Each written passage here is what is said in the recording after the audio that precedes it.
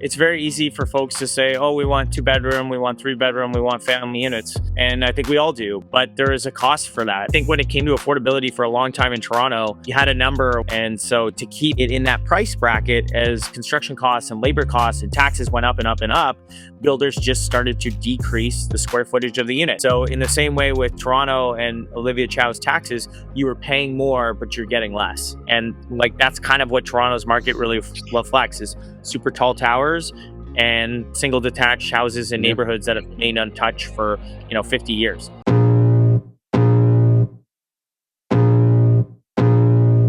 Welcome to the Tom Storey Show with Steve Karrasch and Tom Storey, where we discuss everything real estate or whatever else is on our minds. For those of you that missed it, Steve and myself did a live first-time homebuyer webinar about a few weeks ago, and it was awesome. We had almost 200 people sign up. Almost 90 people were on the call live, but we realized not everyone could have made it to that webinar. So we're going to re-release it here on the Tom Storey Show channel, but on a very special day at a very special time. So this is a bonus free episode. It's not going to change our regular Sunday uploads. It's coming out on Wednesday, February the 11th at 8 p.m. Eastern Standard Time. So way different timing, and 5 p.m. Pacific. It was awesome. We had such a good turnout, and I'm really excited for you to all see that webinar. It's coming out 100% free on this channel, February 11th, 8 p.m. Eastern, 5 p.m. Pacific. Hope you enjoy it. Welcome back to the Tom Storey Show. This is episode 198. It is Super Bowl Sunday. Steve, you're looking good. I just hope the Patriots don't have another Super Bowl trophy after today. That's my hope as like a kind of Bills fan in my household growing up. This week's guest is none other than Brad Bradford. We're very excited to have Brad on the show. He's the city councillor for Ward 19, Beaches, East York. He's been a city councillor since 2018. You were a city councillor when you were 32. That's like a young place to start being a city councillor. But more importantly, today, Brad has declared that he will be running for mayor in the 2026 election at, I believe it's end of October this year. And I've also heard, this is a bit of a rumor, Brad, but you're a pretty good beer league hockey player. I've heard some rumors. So welcome to the show. Well, somebody was lying to you if they said I was pretty good, but I do play beer league. I know some of the guys, maybe you're part of town, I do get out with those guys, but nobody would say I'm pretty good. So somebody's not being honest here. So maybe just he plays beer league hockey. Maybe that's... Yeah, that is true. Yeah, it's great to be here with you guys. Thanks for having me on the pod. Well, we're very, very excited to have you. And I want to start with obviously the biggest thing is you're running for mayor. You announced it earlier than I think anybody, and that's obviously a strategic plan. Why are we running for mayor in 2026? And obviously I'm going to pepper you with questions, say, about the city of Toronto real estate, but let's just start there. Why are we running for mayor? Well, broadly, I love this city. I'm all in on Toronto. I'm raising my 2 and my 5-year-old here. And as a kid who grew up down the QEW in a little town called Hamilton, Toronto was always the shining city on the hill, right? And I remember the first time I came to Toronto, it was actually for a sporting event. My mom raised 3 of us on her own. We didn't have a lot of money, and she saved up for my 13th birthday and got us tickets in the 500 section to the Jays game. So we came in on the GO train, and I walked into Union Station and was just blown away by the Great Hall. We stepped out on the front street, saw the shining golden glass of the RBC Tower. We went to the old spaghetti factory for dinner, and then we marched west to the Sky Dome and saw the Jays. And I remember actually saying to my mom at that time, it would be amazing to live here in Toronto someday. And that was really the beginning of the dream. And, I grew up playing SimCity on the computer and was always interested in being a city builder, went to grad school for urban planning and, made that my career, my life's work. And eventually, after working in the chief planner's office here at the city of Toronto and battling the bureaucracy and bludgeoning my head against the wall, I said, you know what, let's stop complaining about it, run for council, try and create an impact. So I think today, Toronto is at a juncture. And, obviously, I put my hand up in the 2023 mayoral by-election, Canada's largest ever, and I joined 102 of my friends on the ballot. We weren't successful in that one. And, we have Mayor Chow now. But when I think about the direction of the city, when I think about the future for my kids and your kids and everybody who has that same dream of calling Toronto home, I don't think we can rest on our laurels and assume that success we've had is going to be guaranteed in the future if we don't get back to basics, if we don't raise the bar on those core services, if we don't set the bar higher to say, you know what, like Toronto shouldn't just be a great city, Toronto should be the best city. And I think that's what it comes down to. I want to make this the best city anywhere in the world, the best city to raise a family, the best city to build a business. And if we can do that, we can unlock our potential as Torontonians, because the potential of this city is vested in the people who are calling this place home and fighting to be here. So I'm going to have a back to basics agenda, city that can clean up the snow in the wintertime, clean the sidewalks, a city that keeps the pools open during the summer when there's a heat wave, where we can cut the lawn in the boulevards, and we've got recreation programs for our kids. That's what it's about. And if we can do that, we will continue to be a destination for capital, for investment, for talent, and we will all have that opportunity to pursue a prosperity agenda. One of the things, Brad, that I've talked to with Steve a lot, and obviously he lives just outside Vancouver, but I've always just said, like, I grew up in Toronto. This is the only city I've ever known, right? And I'm like, I just want Toronto to be respected, like Canada as a whole too. I want us to be respected by other cities and other nations, and having leaders that put us in that position. And correct me if I'm wrong, but in the last election, because of the way that it was done, you could run for mayor with, not giving up the city councillor seat, correct? Is that correct? Yeah, so last time I got to play with the house money. And that's because it was a by-election, which is very unique. So how it works in municipal government, and hopefully we don't put everyone to sleep off the bat here, but in a provincial or federal election, they issue writs. That's when they say the writs dropped, but it's really issuing of the writs, the elections office. And then that your representative, MP or MPP or MLA for our friends out west, they are no longer the representative. The office is vacated. In city elections here in Ontario, you continue to serve all the way through an election period. And so since a councillor office was not vacated, there was a number of us on council who ran for mayor. And same thing in Mississauga. You could continue to hold that office just like you would in a regular election. But this time, by running for mayor, I will not be running simultaneously for council. So I am all in. I'm a term limit guy. I ran on term limits in 2018 because I think democratic renewal is important. And the truth of the matter is there's people on our council right now who have been elected longer than I've been alive. And I just think, we should freshen it up from time to time. So I'm honoring that commitment. And I think that's important to back up the things you say. And so I was never going to run for councillor again at this point. But I think Toronto's in a really important moment here where we need to decide what is the future of this city going to be, what it's going to look like, and what is that leadership going to be responding to. And would that term limit also go to the mayor's office as well, or would that just be city councillors? You know what? It was funny. As a young guy, you pointed out I was 32 when I was first elected. I think the first council meeting, I walked a motion onto the floor of council, calling for term limits. And I don't even think my council colleagues let it get on the floor. They didn't wave a whirl, and I wasn't making any friends.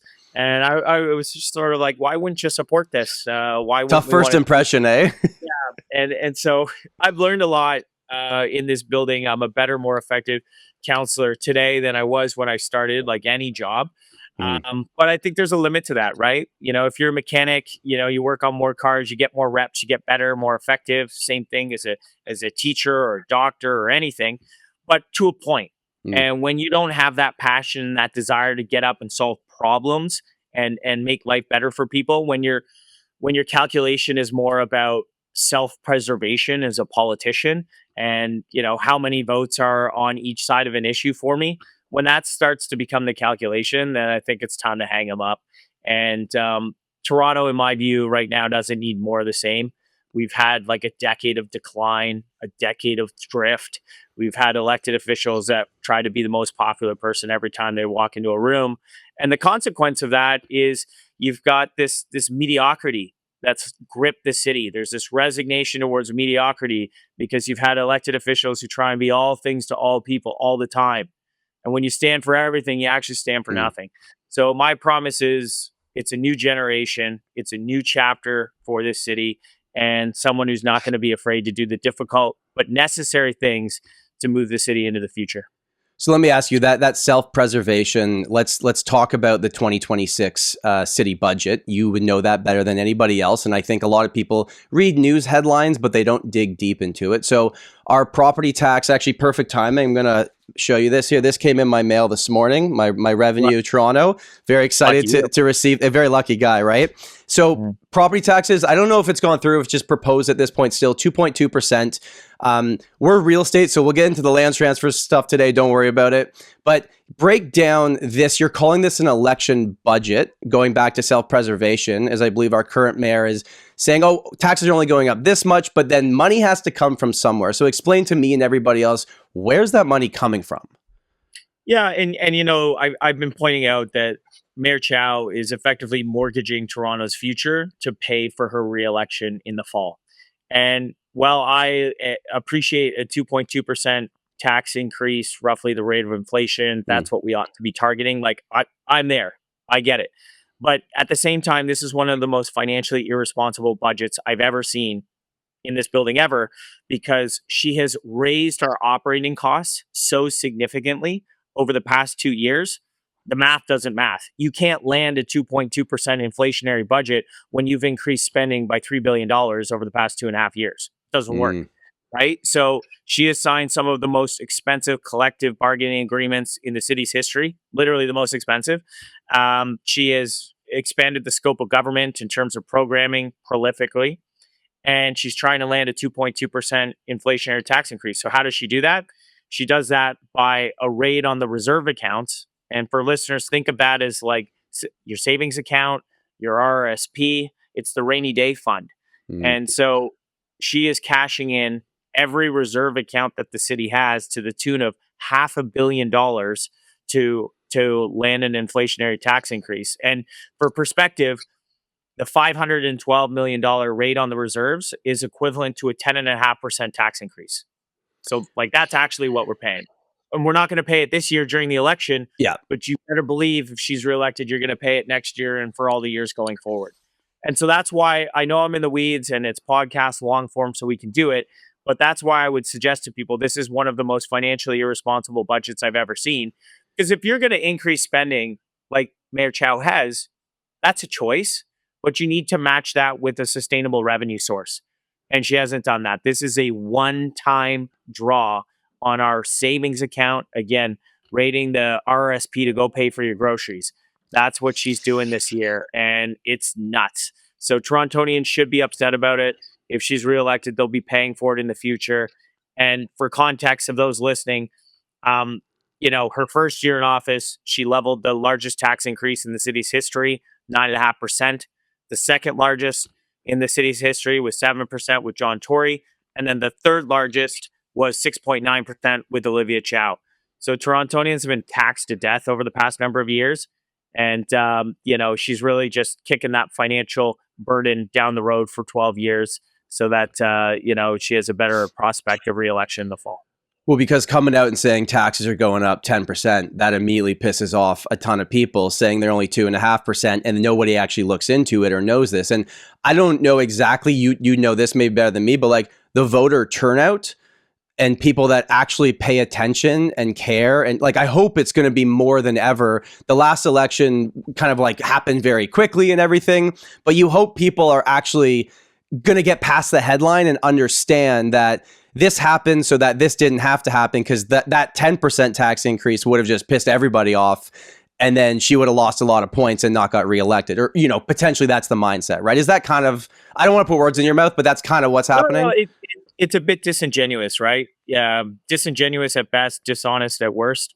To sort of go and present yourself as some sort of fiscally minded mayor is not honest when you look at how much she's increased spending, when you look at how much she's increased the scope of government.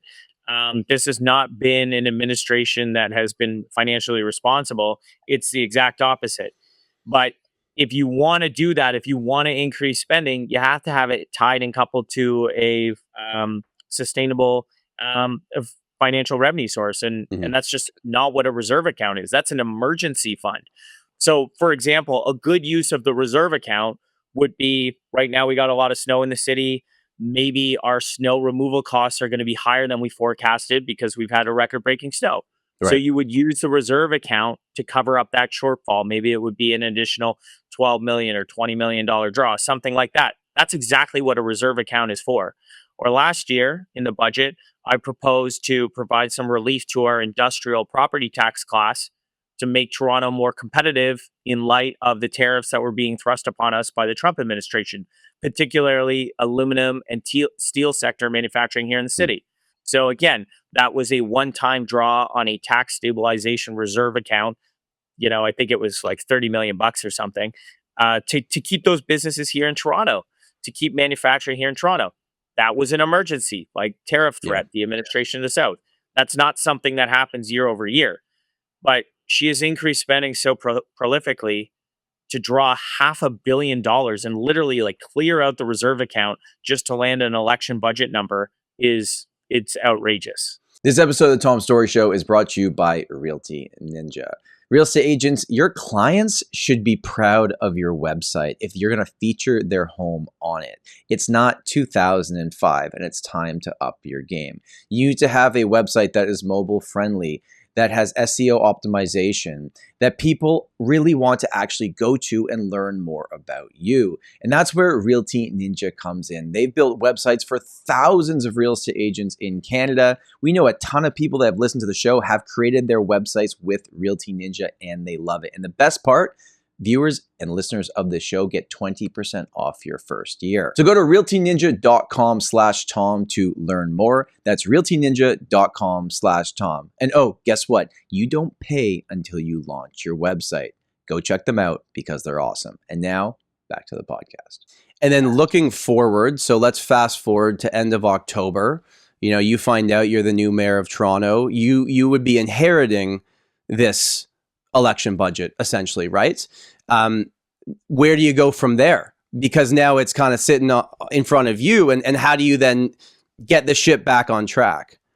Well, she's created a huge mess for all Torontonians on a go-forward basis here. My proposal has always been, and I've moved this a number of times at council, I've brought this forward, we need to do a core service review. And you want to, when you look at your budget, you need to do it with some market intelligence. You need to have a sense of what's going on.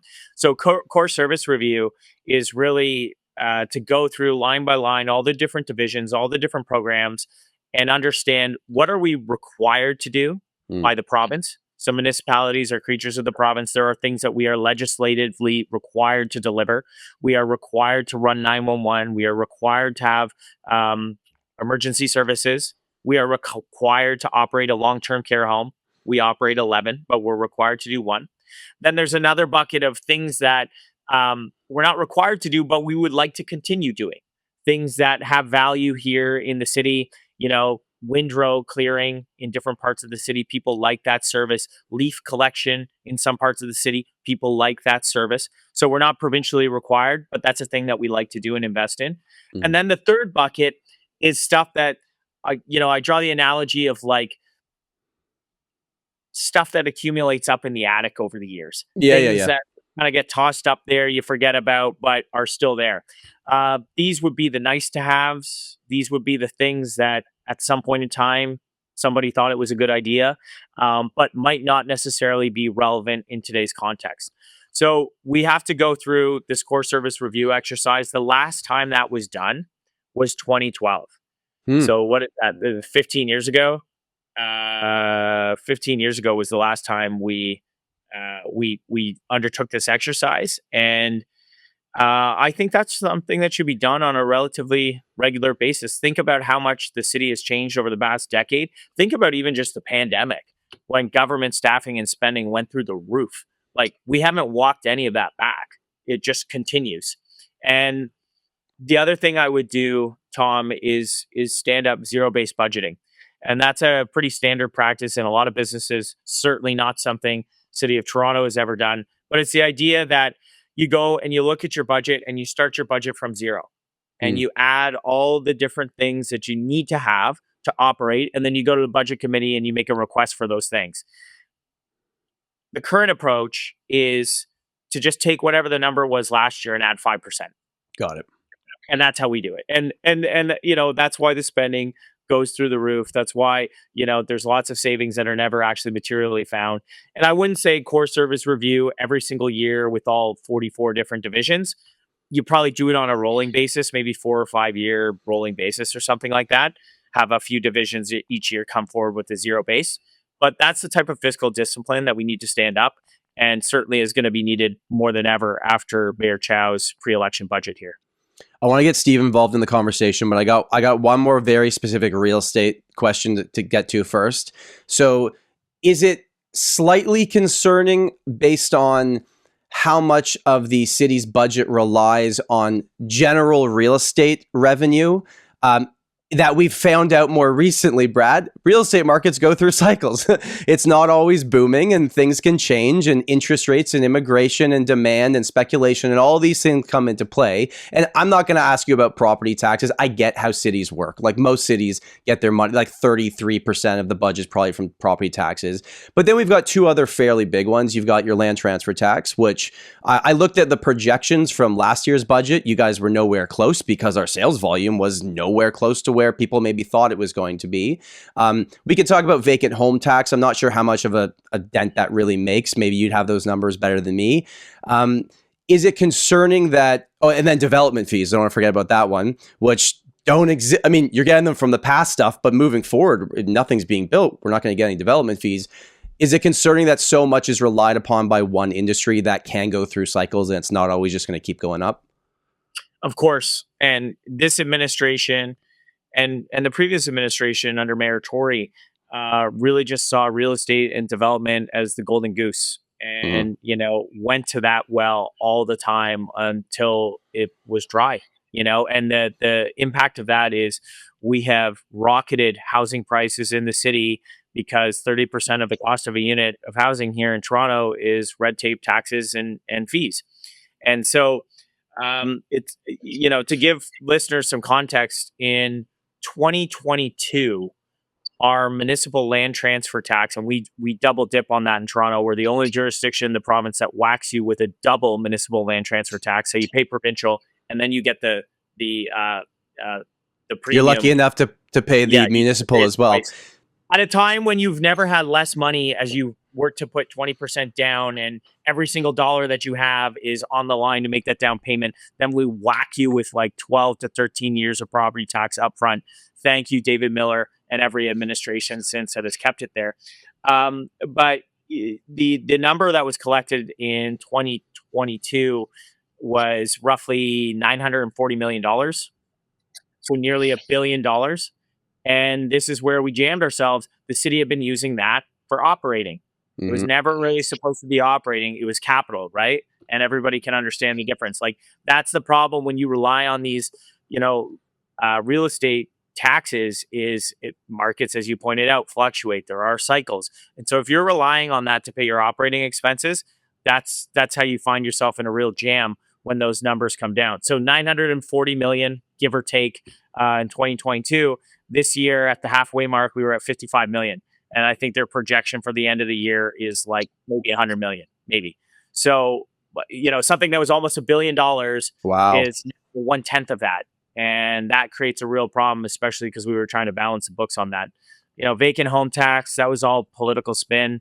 You know, they always mask it as a, we're trying to drive a policy outcome. And I get that. Like, from a policy perspective, I can understand if you have units that are available, you know, you want that housing working as housing. But nobody ever asks the question, geez, like, if you have a vacant unit, why are you not renting it out? Like, did we ever talk to the people and say, what are the reasons why you might not want to rent out that unit? And I bet if we asked that question, which we never did, we would have probably got some important feedback that would have been warranted of consideration. The city botched that rollout significantly. You had a ton of seniors and homeowners caught up with a paper form and no tracking number that were all of a sudden getting bills from the city for, you know, 1.5-3% of their land value. Pretty terrifying. And put all of our offices underwater. So just poor execution. She just increased the what she calls luxury home tax. just brought in another level of that. And CD Howe has, I think, one of the best papers I've ever read on this. But just any tax on housing at any level is a tax that is going to make housing more expensive downstream.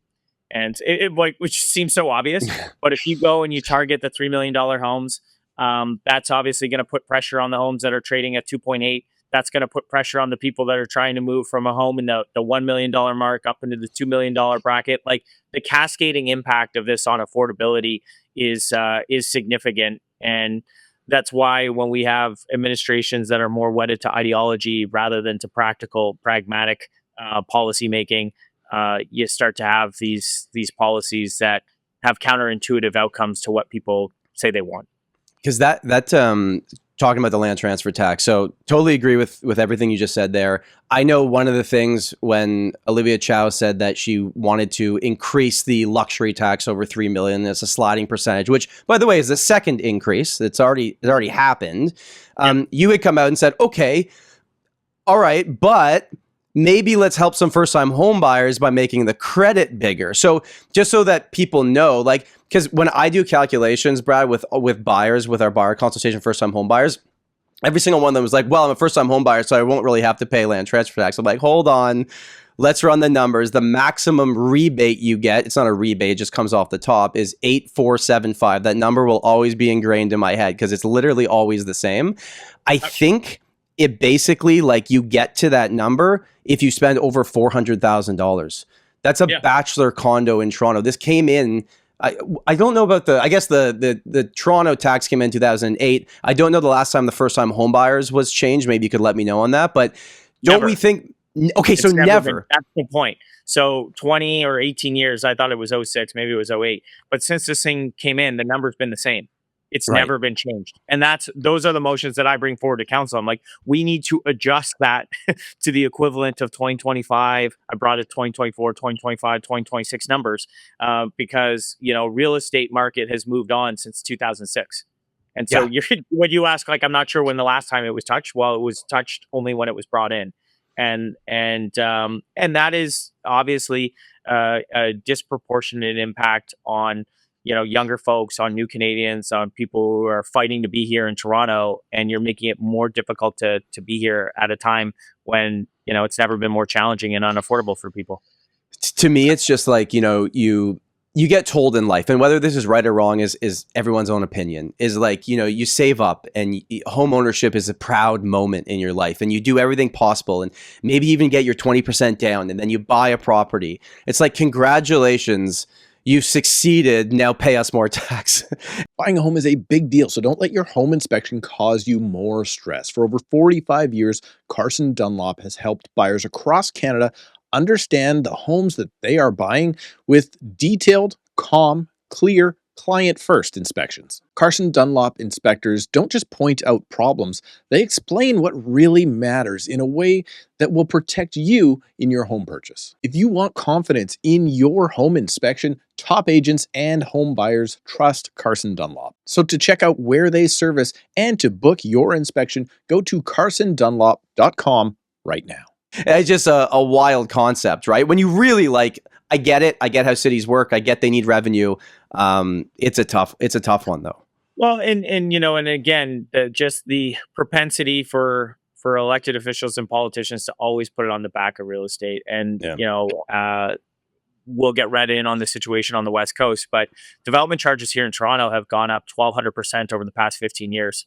And principally that increase was with former Mayor John Tory.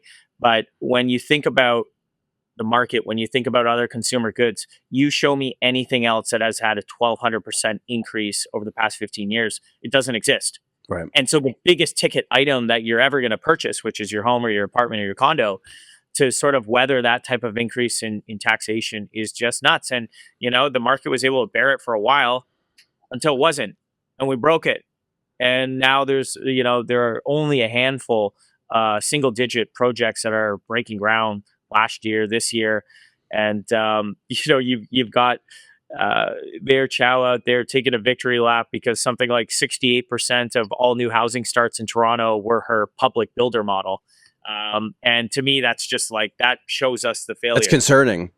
Yeah, exactly. That nothing else got built. But from her perspective, that is a good thing. We obviously totally disagree on that. But it is quite telling. Like, no one is starting anything in Toronto right now because it's just not financially viable. And if it's not financially viable, you can't get financing for a project. If you can't get financing, you can't get started. If you can't put shovels in the ground, people are losing their jobs. And 20% of 20% of the province's economy is construction and trades. Most of that in the housing space. And it's actually catastrophic because, entire construction teams are just being laid off left, right, and center right now because there's no work. It's the only thing that's outperformed Bitcoin is development fees. Wow, that's a. I wanna understand. So public building means the city is building those units. Yeah, I mean, that's Mayor Chow's approach. I was looking to see if I had a hard hat. Mayor Chow's approach is to sort of put on the green patch boots and grab the hard hat and go swing the hammer and build the housing. And when I look around Toronto, I don't see a shortage of qualified builders with the experience, expertise, and capital to do these things. I just see a city that has made it so cumbersome and burdensome to build here that people are taking their capital elsewhere.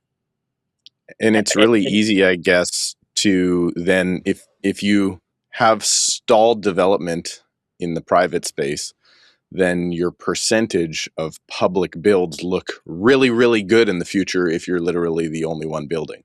You can we're 90% of starts this year, but you actually have only built like 9 units because there was only one other one built. Yeah, exactly. I mean, the percentage, when you take it as a percentage, it's a bigger number now. But and again, it just goes back to perspective, because to me, when I see that number, that's like red flags. That's the alarm bells. Like, that's actually very emblematic of the market and the situation that we have here in Toronto right now, which I think is pretty catastrophic. But I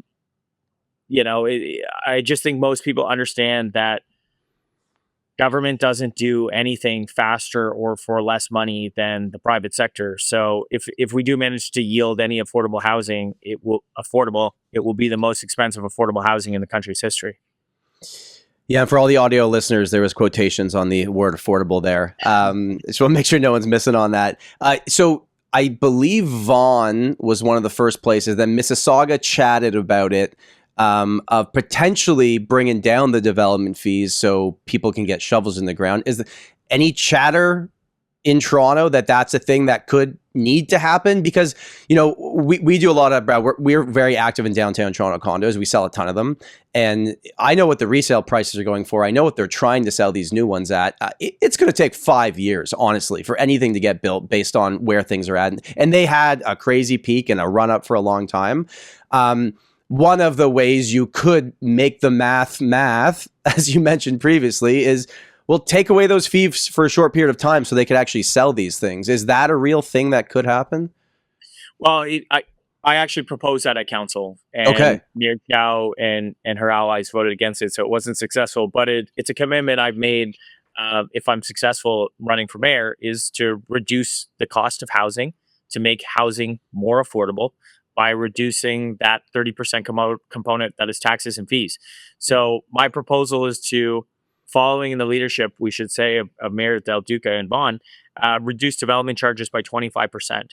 The offset is I think it's $480 million that the federal government flowed to the city as part of the Housing Accelerator Fund. That is the same money that Mayor Chow is using to stand up her public builder model. Right. So I will not be a public builder. I don't think we should. I don't think that's our role as local government. Mm-hmm. So we will not be doing that. And instead, I will use that to reduce the cost of housing and improve the financial modeling and the pro forma of the people who, again, have the experience and expertise building housing, and get them back to building housing. There's always a need for social housing, of course. Like, that's part of the housing continuum. And, how you pay for that is always just a question of how many hundreds of thousands of dollars of subsidy are you going to apply on a per door basis? And is it the feds, the province, the city, or your next door neighbor that's going to pay for it? But beyond that, it's about increasing supply, and the right type of supply that is appealing to the folks that we're trying to attract to the city, that want to be here, the families, the builders, the entrepreneurs, the people who are going to create value. And, things that we can do to increase supply, well, we can make it less expensive and time consuming to go through the process. So commitment, 25% reduction on development charges using the Housing Accelerator funding, canceling the public builder model because I just don't think that's going to deliver value or performance on that level of $500 million investment, and use that to reduce the cost of housing for more people. I want to do a quick lightning round. We're going to ask you 3 questions quickly, and then we'll get back into the long form. I just think this would be interesting. Okay. What's the hardest vote you've had to make at City Hall? Oh, man. We do like 200 votes a meeting. What's the last one you remember? We can come back to this if you want. Okay, yeah. There's a lot of difficult votes. The votes are easier for me now because generally I just sort of disagree with the direction that we're headed. So it's usually a no right now. What's the biggest issue in Toronto that keeps you up at night? I think affordability writ large, and not just to use the throwaway term, but the biggest bill that everyone's paying every month is the rent or their mortgage. Yeah. And as a 1986 model, it's my friends, my peers, my colleagues, folks in my space that are leaving the city. And last year, 70,000 people left Toronto in a flight for affordability and a flight for safety. And these are the people that have jobs. They're the entrepreneurs. They're the risk takers. They're making the bets. And we need you to bet on Toronto. We need you to do it here in this city. We're competing, in the GTA. We're competing interprovincially with Alberta, British Columbia, north, south, across the border, and around the world. And if we can't get our heads around a competition mindset where we are competing for people and talent and dollars, the future prosperity of Toronto and our sustainability as a city is in jeopardy.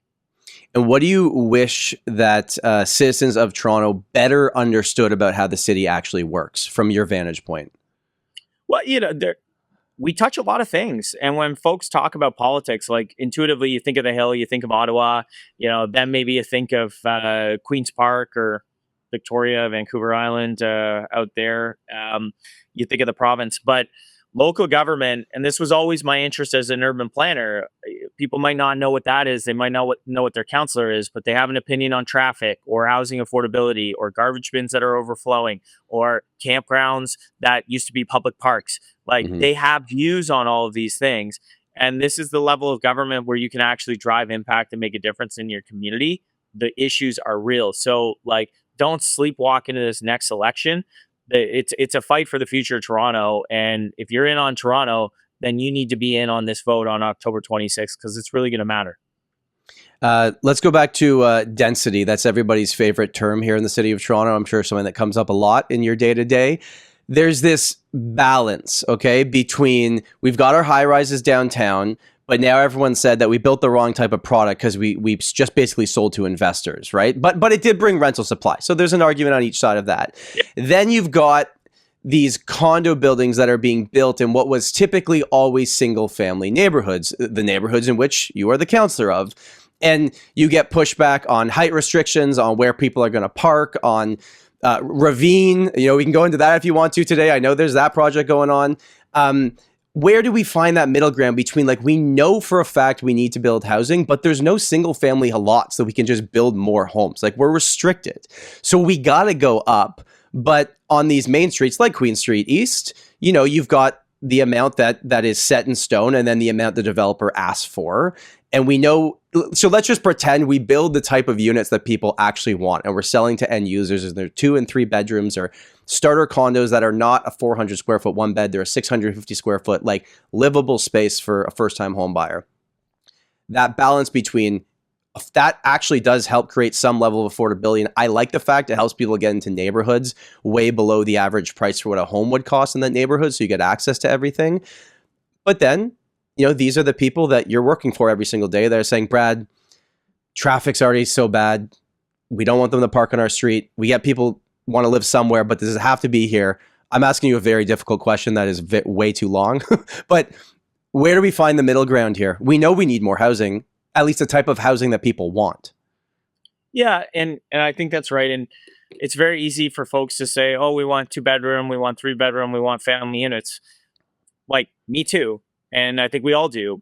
But there is a cost for that. And it's, it's $1 per square foot of construction and saleable.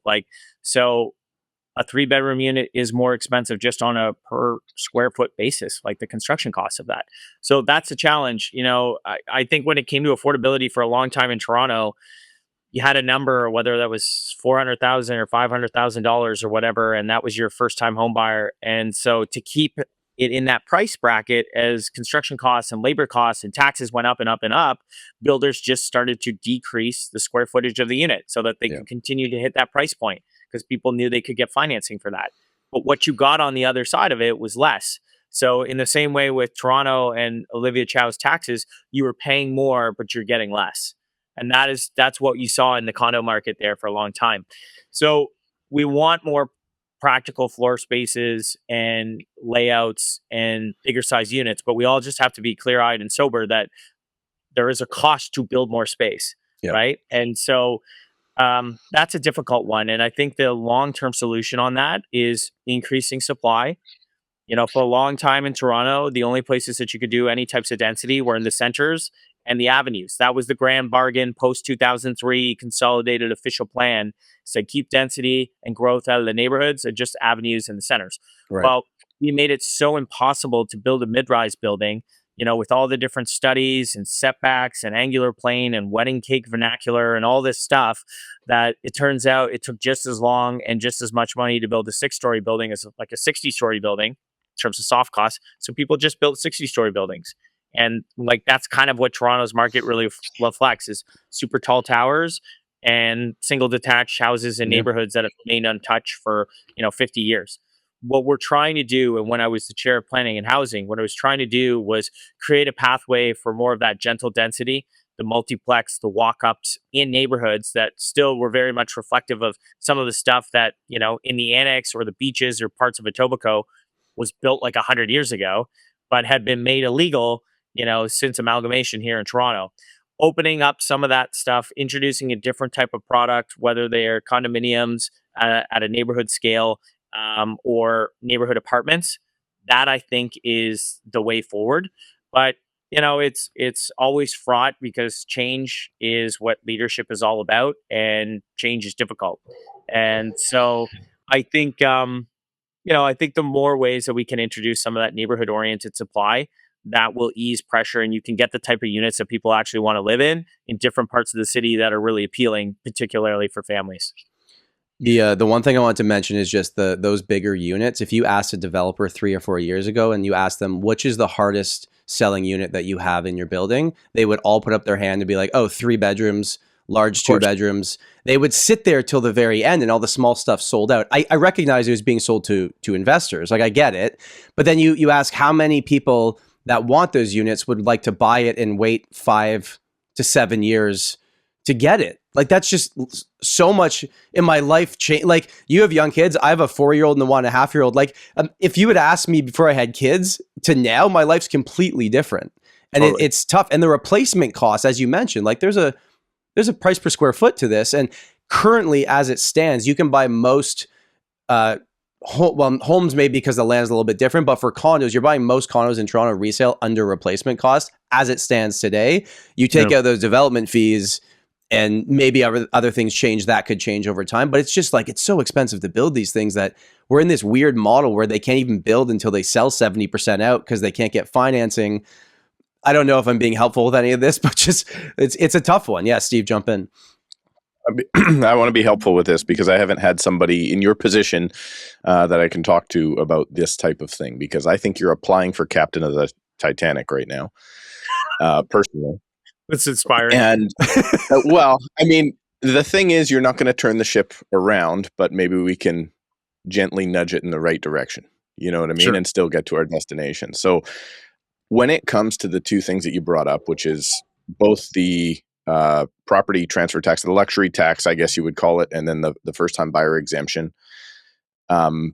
Those things, it's insane to me that they are not connected to what the pricing of the homes are doing, because it's just a tax grab that way, where they know eventually, for instance, if it's $3 million currently where the luxury tax is, eventually 20, 30, 40 years down the road, wherever that is, the average home will be worth $3 million, and then everybody lives in luxury.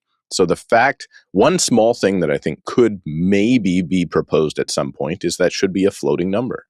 We've seen, the market in my area, for instance, drop 30% since the peak of the market. And if they brought in that luxury tax then, it just doesn't make a lot of sense to tie the luxury to something that either is or isn't luxury. So maybe that threshold should be lower versus maybe the threshold should increase, because we don't want to tax people in average homes luxury amounts. Same with the first-time home buyer, like you're suggesting. Every 5 or 10 years, if we're lucky, they adjust.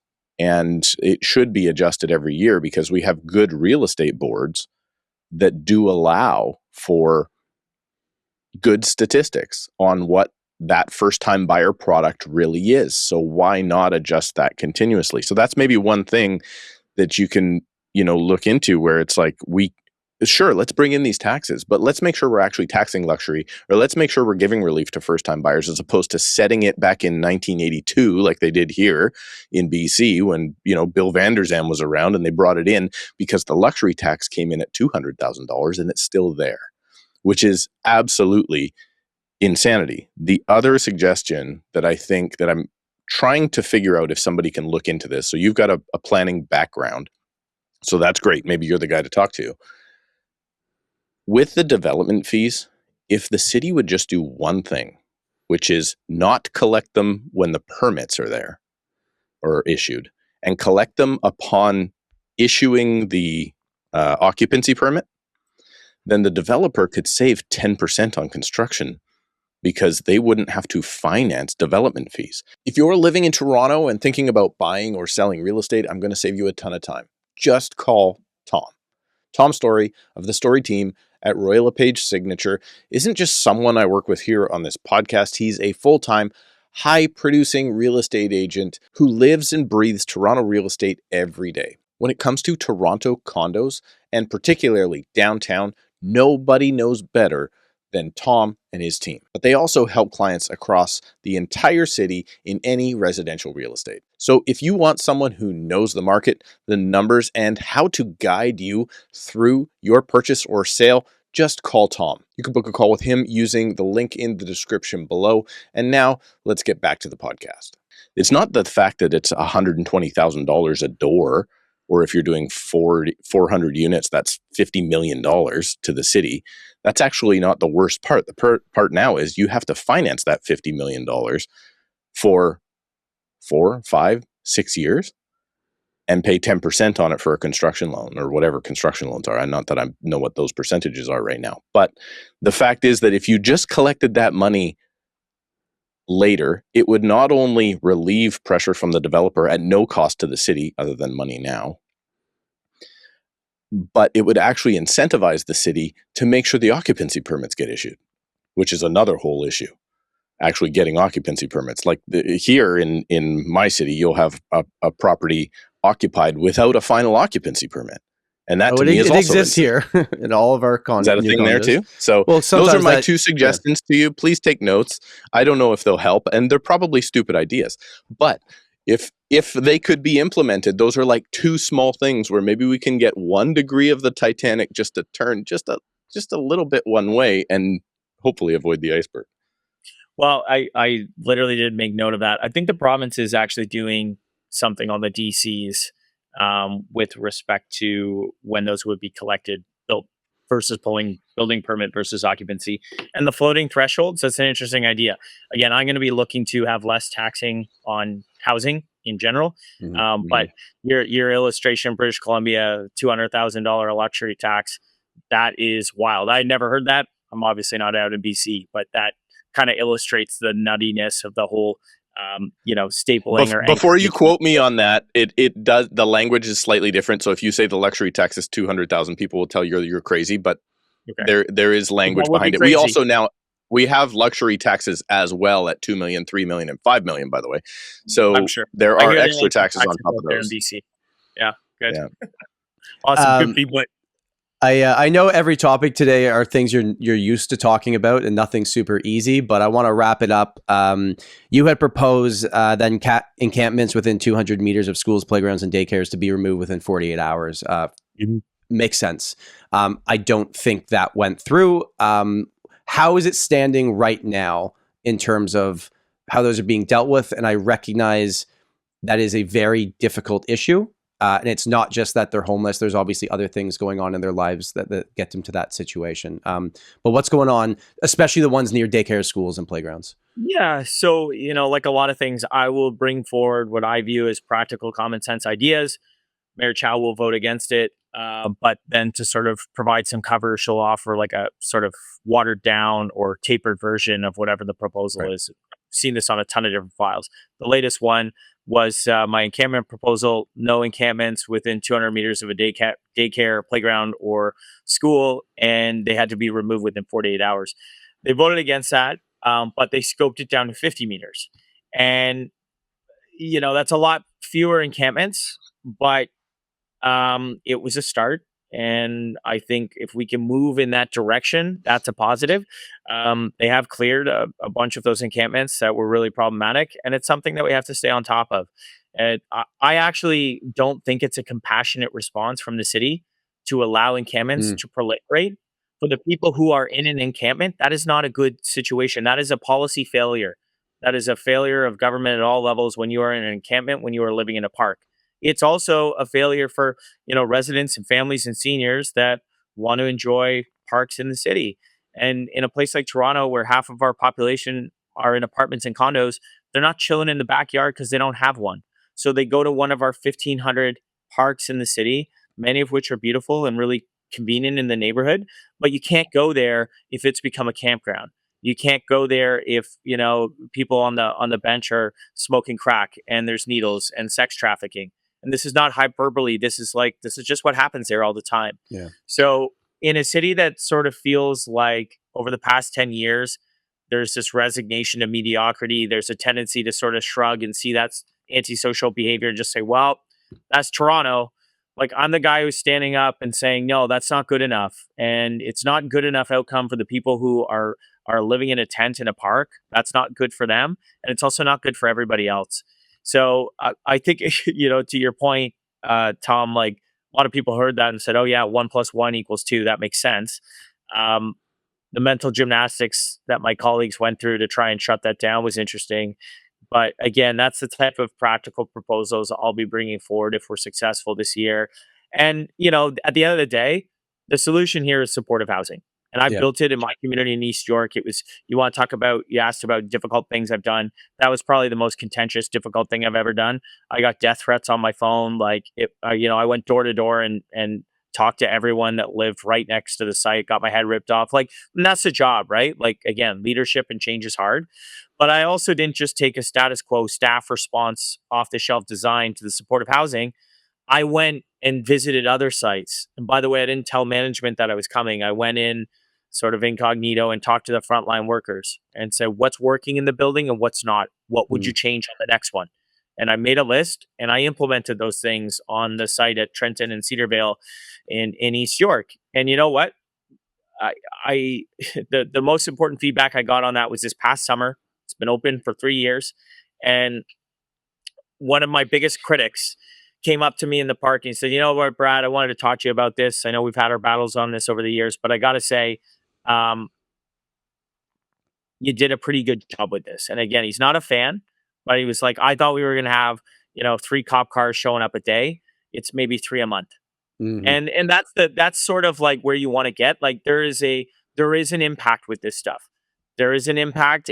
And I think it's dishonest when we go out to residents and say like, oh, everything's going to be fine. You're not going to notice anything. Like, no. How do you put the resources in place to manage the challenges so that these things can work effectively and you can minimize and triage those impacts? So that's probably the hardest thing I had done was that supportive housing thing. We did it at a level in a way that nobody else had done. The resources and the build design and having Wood Green as an operator, they do an incredible job. And that's the solution to get people out of parks. But at the same time, we can't have people living in our parks. I got to give you a lot of credit because me and Steve are on the internet and we're just real estate agents, right? But we get a lot of feedback, very open feedback, things that we can't control. To be in your position and going out there, meeting people face to face, lots of people that are not necessarily happy about everything that's happening because that's never going to happen, right? As you mentioned, like this is just not the job, right? And I got to give you credit too. I've been following your Instagram for quite a while. I think any business owner should watch what Brad's doing right now and recognize how to be visible and how to get people to know what you're doing. So congrats on that. Honestly, I really genuinely mean that. I think you're doing an awesome job. And I think the people of Toronto should be very proud that you're running for mayor. And hopefully today's conversation is going to push them to a direction to consider to vote for you. So I know you're a busy guy. I'm going to let you go, but just want to say I really appreciate you being on here today. Oh, it's my pleasure. Such a great chat. We're rooting for the Seahawks because as a Bills fan, we're definitely not rooting for the Patriots. But thanks for having me on the pod, and we'll see you guys soon. Okay, keep up the good work. Thanks so much, Brad. Bye. Did I do good, Tom? Did I do good at being quiet? I think you did. Well, I gave you a heads up before. I know if we had like, do not talk during this one. If we had someone running for mayor in Surrey, I would have been very quiet too, because I wouldn't really have known the specifics and things to ask about. I thought you did a great job. Anybody running for mayor in Surrey doesn't know how to use Zoom. So, well, maybe Vancouver. We'll get. I thought that was a really good conversation. I had never met Brad before. I know a lot of people that know him through different things from what he's done, and I was very grateful the fact that he said yes, because he doesn't have to come on shows like this during his campaign, but he did. He spent time with us, and yeah. You know what? Like I like his directness. That kind of jives with my personality style in terms of how he's looking at things. I like the fact that a potential mayor of Toronto has an urban planning background. That could be useful, right? And I think he's upfront about things that, like, this isn't magically going to change. And the analogy you made for Captain of the Titanic was pretty hilarious, which I think is the truth, right? If he wins, he's taking on the current budget and deficit. Then you still need the votes of the councillors and all that stuff. And it's a tough job. Worried that Toronto is still too captured by ideology that is sympathetic to people and ruining things. So one thing I didn't get to say is, and I wouldn't say it with him here because it's not his representation. Maybe he thinks this way, maybe he doesn't. But my thought is, if you invest in things like homelessness, drug addiction, and social housing, guess what you get more of? Sure. Right. So he's right to say that, the building should not necessarily be done by the public. It is pretty funny though. Like if the city of Toronto is building 100 units a year, and then they're 70% of the if you go from 7,000 new units to 100 units a year, they've gone from, we're 50% of building now. And it's like, okay, but that's a very communist way of moving the numbers around to sound like they're fantastic. So I don't know. I wish my city had somebody, at least just with his candor, that doesn't sit there and just blow smoke the entire time and talks like a real human being. It's so, I've noticed this lately with corporate things. I may or may not have left a few very nasty messages under some organized real estate Facebook pages lately. And using your real name, at least? When I troll as Steve Karrasch or Karrasch Real Properties. But I just wish people would stop being so corporate, right? Like, all of the big organizations in real estate are like the most boring corporate, saying all the different talking points that you're supposed to say about whatever social program is out there or whatever. Like, just talk like a regular person. And that goes a long way, I think, in a lot of people's books.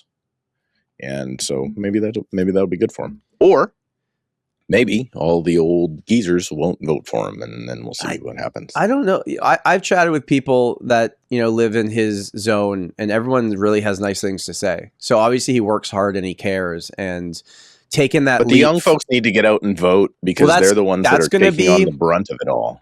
And I think though, for the young folks, if they're not in a position right now that they can afford to buy real estate, I think listening to today's conversation, at least him acknowledging, like, things need to change. And he said, right, like he wanted to do something with a first-time home buyer credit. We didn't get an exact number out of him, but we know where it's at right now and how long it's been at that place. And the fact that he wanted to cut development fees by at least 25%. You can say, well, that's not enough. It has to be 50, but it's better. Like, remember when we were referencing what Ben Tao, the conversation he was having with Olivia Chow? He's like, let me get my calculator. Yeah, What I wanted to is bring that up. 0 times 75,000? Yeah. Right? Like, what is 125,000 times 0? Yeah. And by the way, when he was looking down at first, I'm like, is he on his phone? He was listening to you, Steve. He was taking actually notes. writing a note down. He was writing notes. Like, yeah. Wow. By the way, when you talk I'm normally, I off to the don't pay side attention. here, So. I'm also usually taking notes. So I just want to be clear for some people. There was a comment last week where somebody was like, yeah, it was like, Steve's never paying attention. I'm like, no, I'm paying attention. I just... You know what's funny is I think I read that comment as if I did see that one. I thought it said Steve is always dehydrated. But I think it probably said distracted. Or one of us read it wrong. I thought it was saying you drink water a lot on the show. I do that too, because I got this thing in the back of my throat all the time. Yeah. Well, that was fun. That's that was a good why episode. I have some electrolytes in my water today, Tom Storey. Because I got a big game I got to watch, and I got to turn this off, and I got to go watch the big game because we're going to get back at those Patriots who beat us last time in the Super Bowl, and also the Bostons that beat my Canucks the last time they were in the final. Do you know what a Stanley Cup final is, Tom? No, I don't. Not in your lifetime. I mean, the Leafs aren't even going to make the playoffs, for God's sakes. Hey, we're going to win first chance to... We're going to not only be the worst team in the league for the Canucks, but we're also then going to lose the first overall pick, which the Canucks have never, ever, ever had. Have they never had one? So, never had one. They had a second overall pick, which turned into Trevor Linden, the best Canucks player of all time. No, what about the Sedins? They were 2-3 in the draft, weren't they? They were 2 and 3. Burke traded to get the other one, to get both of them? Yeah, they were 2 and 3. So we picked second twice or 3 times. Peter Nedved as well. Peter Nedved was... It's better to at least acknowledge that you're bad and you're going to do a rebuild and trade all your players than what the Leafs may or may not do, right? Can I point out, this is not a sports podcast, but can I point out that I believe, or I thought at the beginning of the year, the Seahawks were going to be like 8-8 and not make the playoffs at best, and they fluked their way all the way through to number 1 seed in the entire NFL. How many people had Seahawks Patriots in the Super Bowl at the beginning of the year? 0. I have no idea. Were the Patriots even supposed to be like... I thought they'd be like a 500 team this year too. I do not know. And then what? The Travis Kelce's didn't even get to the playoffs, right? That's why I thought the Bills had a chance this year, because they didn't have to go through them. And all right, we won't bore people with our sports talk. The Bills are the biggest losers of all time. They're as bad as they made it to the final 4 years in a row and lost every one. What's worse is just having a team that like sucks, or a team that's good and always gets close but never does anything. Because that's the Bills, that's the Leafs. I guess the Leafs never actually got that close. But it's the Oilers recently. Yeah, I mean, they've been to the finals for 2 years, right? Still got 1990. All right. Well, huge thanks to Brad for joining us this week. I really enjoyed that conversation. And Steve, you were here too. Steve was here too. That's what this episode is going to be called. Brad Bradford. Big shows coming out, though. Big shows coming out. Huge show coming. We are making efforts to make episode 200 a very good episode. And then I'd be interested, now that we're deep, I mean, only hardcores are listening from this point forward. So if you are listening now, I've even tuned out at this point. Please make a comment. Me too. Please make a comment either on Spotify, which we're getting a lot more Spotify comments, by the way. Also got monetized on Spotify the other day, which is nice. And hope you guys are loving the new ads. YouTube comment. If you like maybe not just having like straight up hardcore real estate people, we always want to know the real estate angle. But today there was a bunch about the city, which it's no effect on me, but I found interesting. We've got somebody coming up, which I'm very excited about, that is not a real estate topic, but we're going to tie it in. But it is very much, I guess, financial, economic, that sort of thing, but on a personal level. So I don't know. I think expanding a little bit is fun, but that's also the kiss of death, because that's what killed, I think, TK and Daryl's show. So also screw that. Poor guys. No, we're going to stick to this is a real estate show. We said that from 100%. Episode number 1. It's never going to change. It's the only thing me and you can talk about in a somewhat professional, educated way. And even that is debatable. I will say, I'll give you educated. I will not say professional. All right, guys. Thank you for listening. Thank you for watching. Next week, episode 199. And the week after that, episode 200. We have something very special for you for episode 200. We would love to see you there. Steve, wrap it up. And the webinar replay is coming up. That was at the beginning of this episode because I sent it to you and you edited it in. Great. I'm glad I did that. Bye. Love you.